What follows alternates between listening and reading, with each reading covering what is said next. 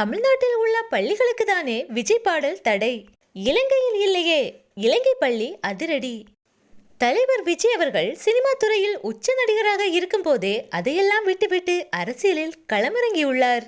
2026 சட்டமன்ற தேர்தலில் முதல் முறையாக களம் காண்கிறார் தலைவர் விஜய் அவர்கள். 2026 சட்டமன்ற தேர்தலானது வரும் ஏப்ரல் 23ஆம் தேதி நடைபெறும் என தேர்தல் ஆணையம் அறிவித்துள்ளது. தேர்தல் தேதி அறிவிக்கப்பட்டதிலிருந்தே அரசியல் கட்சிகளுக்கு பல விதிமுறைகளை வகுத்துள்ளது தேர்தல் ஆணையம். இருப்பினும் தலைவர் விஜய்க்கு மட்டும் பல வழிகளிலிருந்தும் பல கெடுபிடி தடைகளை விதித்து வருகின்றனர். தமிழ்நாட்டில் உள்ள பள்ளிகளில் விஜய் பாடலுக்கு தடை விதிக்கப்பட்டுள்ளது. அதாவது பள்ளி ஆண்டு விழா போன்ற எந்த நிகழ்ச்சிகளாக இருந்தாலும் மாணவர்கள் தலைவர் விஜயின் பாடலுக்கு நடனமாடக்கூடாது. ஆனால் துணை முதல்வர் உதயநிதியின் பாடலுக்கு பள்ளிகளில் நடனமாடக்கூடாது என எந்த தடையும் விதிக்கப்படவில்லை. இந்நிலையில் இலங்கையில் உள்ள தமிழ் பாடசாலை ஒன்று எங்களுக்கு அந்த தடையெல்லாம் இல்லையே என தலைவர் விஜயின் பாடலை வித்தியாசமான முறையில் அரங்கேற்றியுள்ளனர்.